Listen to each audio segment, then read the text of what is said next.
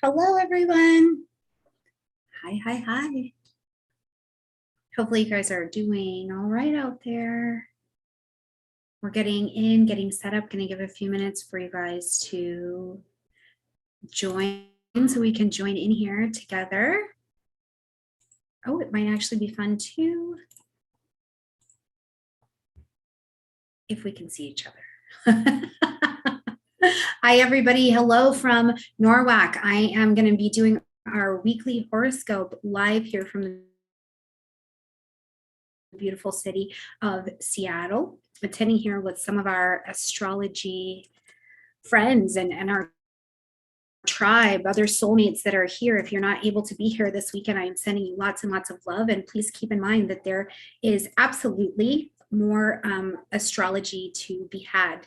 There is a free astrology summit that's going to be going on, and I will put that information in the description box down below as well. I know that typically most of you like to have the videos next to, or the descriptions, excuse me, next to when I'm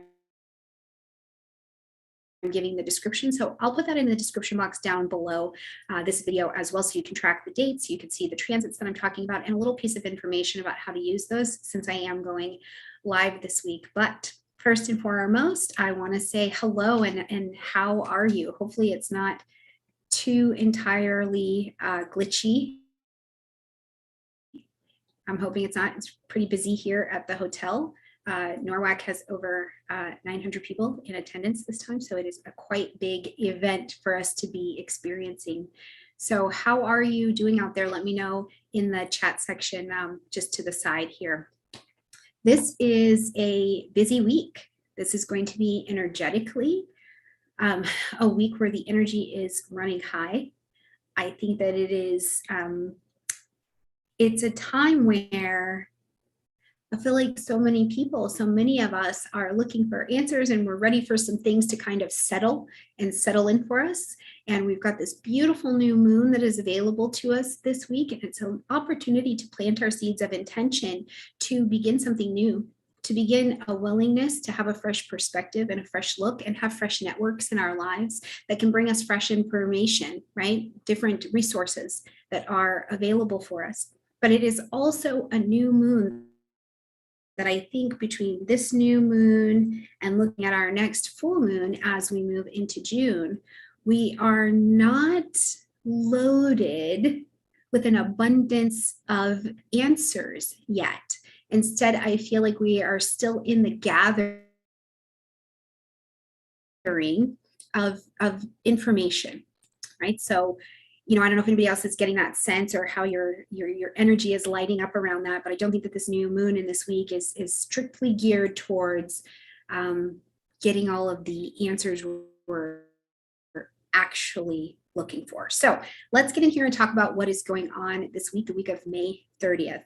Okay, so first and foremost, as we are coming into the week on Monday, we're coming in straight in with this new moon at 9 degrees of Gemini. So please make sure you locate that 9 degrees of Gemini on your chart so you can see which house this is working through for you. And you can also see, do you have other planets or angles or points, or if you're working with asteroids or fixed stars at 9 degrees, because that means it's going to be in some kind of conversation and connection with this particular new moon.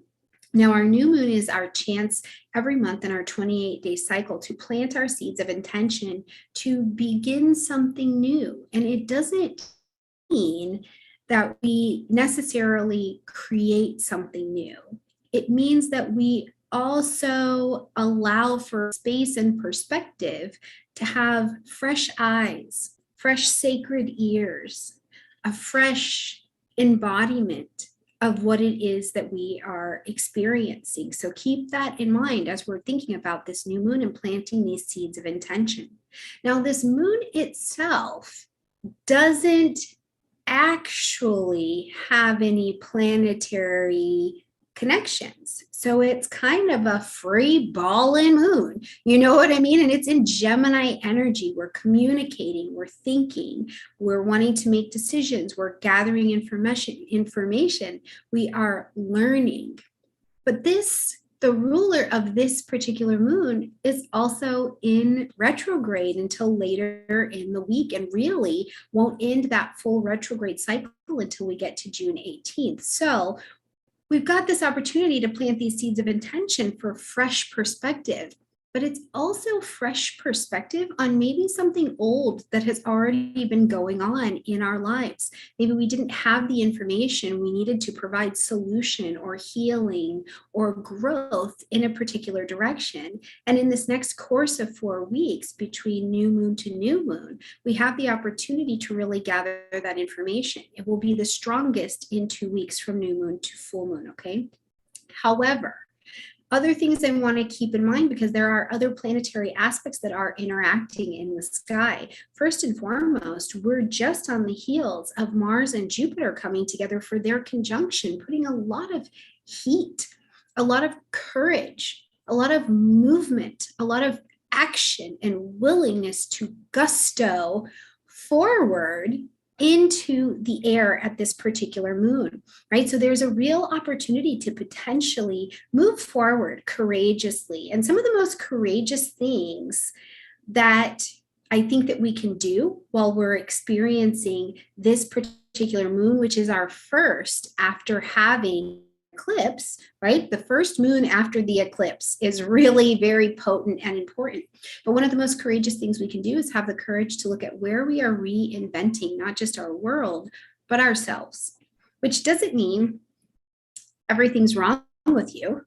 What it means is, what have you been thinking about? What have you been dreaming about while Mars and Jupiter were moving through the energy of Pisces? What were you getting an ideal around, creating in an intangible space? And this week you are becoming willing to gather the resources under this particular moon, or learn how to activate that Jupiter and Mars together in conjunction to make it happen. Be about it, right? This is a wonderful aspect that is in the sky. Now, again, I come back to, I don't think that we get absolutely all of the answers at this new moon to new moon cycle, because we also want to see that we've got Mercury, who is retrograde. So we're kind of going back to something that has already been active and in play. And that Mercury is square to Saturn, who's slowing down for its retrograde later in the week. Now, with Mercury and Saturn in square to each other, my ideas and my ability to stabilize or to actualize those things may feel in conflict. And in fact, it can be an energy where the thinking gets a little bit heavy. There can be a tendency to let that thinking get a bit heavier than it needs to be. It can be an energy that sometimes feels very discouraging. I'm ready to go forward. I'm ready to make this happen. How come the resources, how come the things are not showing up? Why isn't it working? It can also be an energy where, was there conflict in your life? Was there some kind of something happened maybe in the past with a family member, with yourself, with a workplace? Have you been thrown back into social situations where maybe there was conflict or drama or misunderstanding, Mercury retrograde, and now you're being put in a position to go back into that situation and need to bring clarity, but what you're coming in with is others having an idea of you. And it may not be a very positive idea of you, or a way that you've behaved, or something that you have believed. And now you are coming to believe something else about the situation, and others are doing the same. So I do want to say that, again, I do not think that this is the particular new moon where we plant these seeds of intention for fresh perspective and it just comes rushing into us. There is still something of a karmic nature, of a heavier, you need to adjust or relook at this nature, that is very much so vibrating with an abundant potency for us to be looking at this new moon. Now, this is not all doomsy gloomsy, okay? Because while I don't look at them often, when we start to talk about fixed stars like Aldebaran, we do need to have a chat about that, which is phenomenal. Because this new moon in connection with Aldebaran, which really is an honorific fixed star, it's about success, it's about reward, it's about recognition. So it's almost this symbol as we're here at this new moon in Gemini that says, let's go back to what was, bring fresh perspective, fresh conversation, right? We made room, we made space with the full moon lunar eclipse in Scorpio. We made room for the new that is available to come to us. And the new that may come to us may give us information on our past situations. But we apply that and see the benefits of that beautiful vibration of Aldebaran, where the success is in surrendering to win, go back to what was, be clear on what the past actions were that got you in the position that you are today. Whereas ignorance, right? And ignorance is not a negative quality. Ignorance is ignorance, right? The information was available and I didn't yet access it. Where do we get to pull that back in and look at it and say, but today I can apply that? The real reward, the real success at this particular new moon is a willingness to change perspective and a willingness to participate in a change of perspective. So I think you plant your seeds of intention for new communications in that way, and we can take absolute advantage of what is available to us under this energy. If not, right? And whatever your experience gets to be with this moon, it is absolutely your experience to have. But I do want you to know it can feel heavier. But keep in mind the lotus here, right? The lotus blooms in murky waters. So sometimes in retrograde energy, especially with Mercury and Saturn, Mercury in retrograde, Saturn slowed down to get into that retrograde position. Sometimes we got to go back to the heavier murkies and see the fresh perspective within that. Okay. All right. So that's enough about Monday. And that is what we've got going on. And that energy is going to carry over the next 8 days. I think it will actually be very, very profound for us. So watch what's happening for you in that energy and in that vibration. Now, when we get to Tuesday, we are going to later in the day see the moon get into the energy of Cancer. And I would tell you, and I would suggest to you heavily, nurture yourself, come back home, nurture others, eat well, right? If the new moon energy is a bit stressful to you, remember, it's not all go hard, it's not all hustle, and it's not all sit down and wait either. Where's your balance, and where are you nurturing yourself within the balance of doing and being? Now, really, when we jump down to June 3rd is when we're going to see our next, I think, significant planetary action. And that is we're going to see we're going to see Mercury step out of retrograde. It's going to station direct on June 3rd. Now, really interesting when we look at the astrology behind this. As Mercury went retrograde, it went retrograde squaring the moon. So something here, something home, something in the emotions, something in our family structure, something in the root system of each of us was in square to what we really needed to rethink, re-understand, relearn, review, recontract, recommunicate, re-edit, readjust, reunion. We needed to go back because the head and the heart at the stationing retrograde were in conflict in some way. But the square puts us under enough pressure that during this retrograde, I think we've had a conversation of head-heart and to see where we can create that realignment. Now, as Mercury is coming out of retrograde, it's coming out of retrograde. Yes, still square that Saturn who's slowing down and getting ready for its retrograde tomorrow. So that is still a heavy energy, right? But it's a solid energy. It's not a negative energy. It's a solid energy that says, let's change directions and now let's flip-flop and see and experience this from genuinely that different perspective you asked for at the new moon. But also, Mercury is sextile to the moon as it comes out of this retrograde.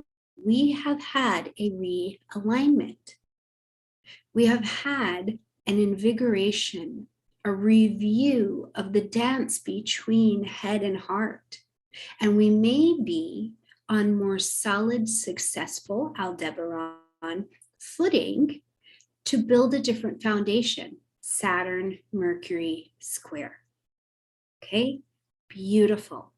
Think about what those changes are that have come to you as Mercury is direct. Now, I do want you to keep in mind that while Mercury is direct, yes, you have the opportunity to sign those contracts, make those decisions, push forward with information, learning, projects, book writing, all of these kinds of things, buy, sell, trade, anything that you need to. But also, Mercury is not going to fully be out of its retrograde cycle until we get to June 18th. Okay, where we will see Mercury now back at 4 degrees of Gemini and fully ready to come forward. I'm sorry, I don't know if I said this, but Mercury is coming direct at 26 degrees of Taurus. So again, if you haven't had an opportunity to review between 4 degrees of Gemini and 26 degrees of Taurus, check that out on your chart, because that is exactly where we were doing the work for this retrograde period, okay? Now, on the 4th, just a day later, we see Saturn now stepping into its retrograde at 25 degrees of Aquarius, and it is going to back up all the way to 18 degrees of Aquarius. So you're watching the Saturnian retrograde between 25 and 18 of Aquarius. Now, do you have a point or an angle or a planet that is there? Because you'll feel the impacts. Is this the second pass of a Saturn return for you, right? This is going to change the way you may experience the influence of these particular energies. So keep that in mind. Now, as Saturn goes retrograde, it will stay retrograde until October 22nd of this year. Excuse me. Yep, that's right, October 22nd. So we have a bit of time. It's not unusual. Saturn goes retrograde cyclically every year. The outer planets do. But as Saturn goes retrograde, we've got it square to that Mercury, who's just recently come direct, but is not fully out of its retrograde cycle. And sextile, that Mercury is sextile to Neptune. So during our Saturn retrograde time here, we can actually find a bit of hope, okay? And hope means hearing other people's experience, right? What have you been through? What have you seen? What do you know, right? And what did you find out there? But also, I think it's a very optimistic internal readiness to live in a different integrity and a different ideal. I also think that Mercury, fresh out of its retrograde in this wonderful conversation with Neptune, is a space of, did you go ahead and air it out? Did you get different information? Have you had the perspective shift? And it is literally like it's lifted a load off of your spirit, right? Has it lifted a load off of different situations and scenarios in your life? Is there a spiritual freedom that is now available between body, mind, and spirit?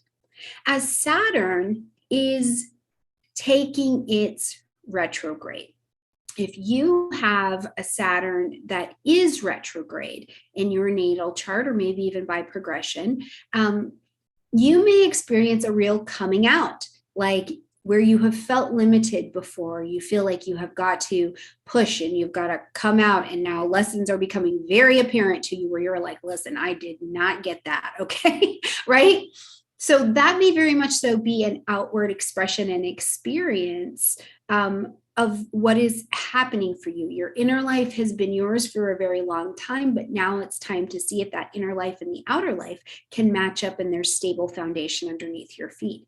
Now, for the rest of us who do not have Saturn retrograde, when Saturn goes retrograde, we're going to go back over these degree areas, 25 Aquarius to 18 Aquarius, and we need to review what we have been doing, okay? So there's not this need in society to push forward. Instead, with sleepy Saturn resting, the universe is also on a pause, right? Society becomes a bit on the structural pause, and we can begin to see a way where learning our lessons and growing in our mastery, we find our places in society, right? It's almost like society's made a hole or is holding a hole where you're ready to vacuum right into it. It's just made for you and your size, but it is based on learning some mastery over what you've been shown while Saturn was moving through those previous degrees. What do you know now that you didn't before?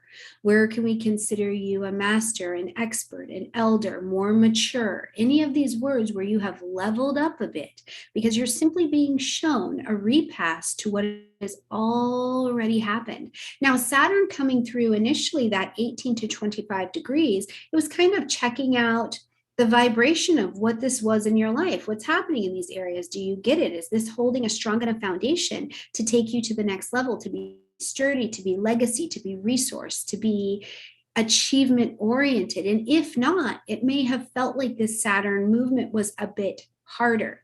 Now, if this area has felt like divine success in your life, you may find that you took on a lot more responsibility as Saturn was moving forward. Now, as you're going back, you've got to back up and make sure you're in your right priorities. Do you have the right team?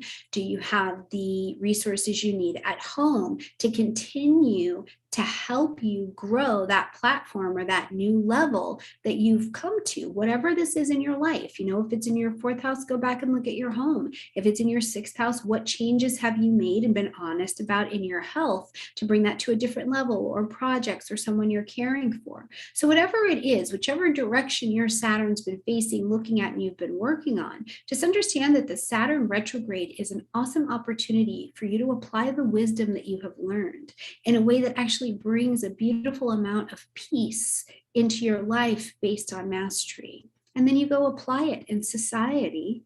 Your communities is waiting for you to step in your seat, okay?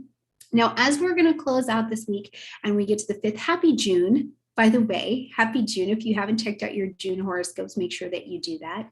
But as we get to Sunday, we're going to shut the week down. We're going to experience the moon moving into the energy of Virgo.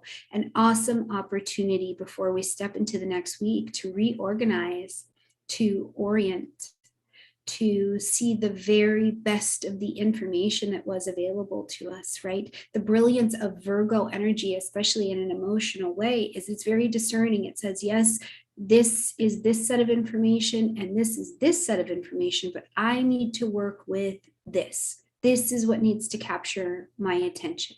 This is where I can go and I can create from and integrate to boost my wellness, to make this the very best that it can be.